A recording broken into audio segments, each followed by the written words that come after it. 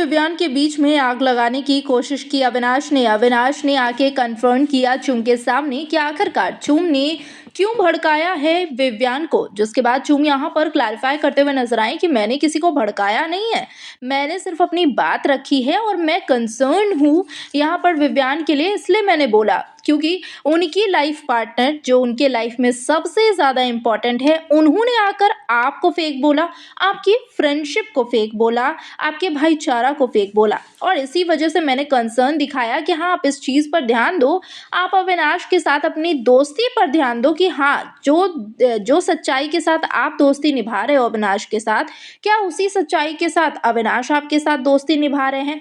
ऐसे में यहाँ पर अविनाश जो है वो साफ तौर पर चुम को कहते हैं कि चुम, ये तेरा कंसर्न नहीं है।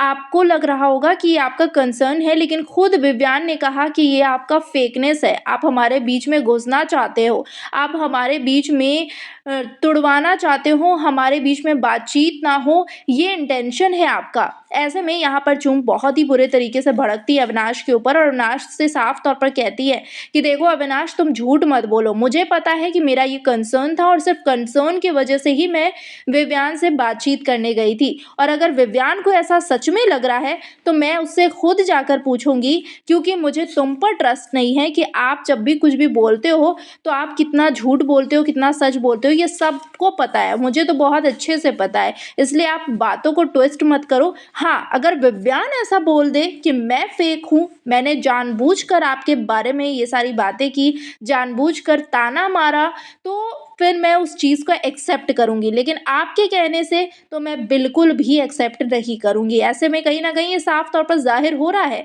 कि भाई अविनाश जो हैं वो चुम और विवियान के बीच में मिसअंडरस्टैंडिंग क्रिएट करने की कोशिश कर रहे हैं।